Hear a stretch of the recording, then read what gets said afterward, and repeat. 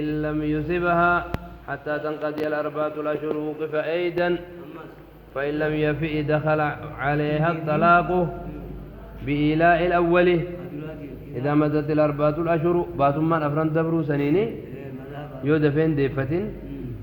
أما مالكي مذهب دفين ديفتين رتي أركميتو ولم يكن له عليها رجعة لأنه نكاحها ثم طلقها قبل أن يمسها فلا عدة له عليها ولا رجعته. قال مالك في الرجل يولي من امرأته فيوقف بعد الأربعة الأشهر فيطلق ثم يرتجع ولا يمسها فتنقضي 4 أشهر قبل أن تنقضي عدتها. إنه لا يوقف ولا يقع عليها طلاق، وإنه إن أصابها قبل أن تنقضي عدتها كان أحق بها، وإن مدت عدتها قبل أن يصيبها فلا سبيل له إليها.